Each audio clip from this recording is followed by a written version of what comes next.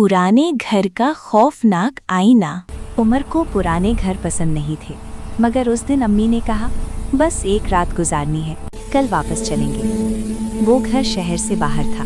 दीवारें मोटी, सीढ़ियाँ चरचराती और ऊपर वाली मंजिल हमेशा अंधेरे में रहती थी। रात को जब उमर मोबाइल पर गेम खेल रहा था, अचानक बिजली चली गई। अम्मी, उमर ने आवाज़ दी।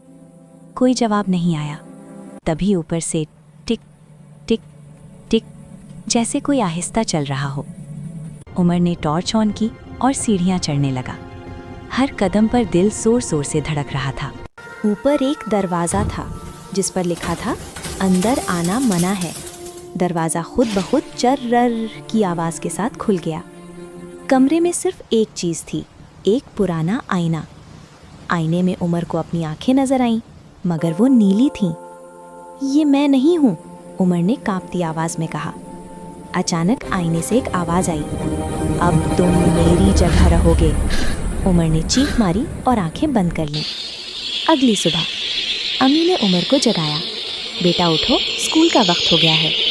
उमर ने सुकून का सांस लिया। सब ख्वाब था, मगर जब वो आईने के सामने गया, उसकी आंखें अब भी नीली थीं और आईने के अंदर कोई मुस्कुरा रहा था। सबक: हर जगह और हर चीज़ के बारे में तजस्सुस अच्छा नहीं होता। कुछ दरवाजे बंद ही रहने चाहिए।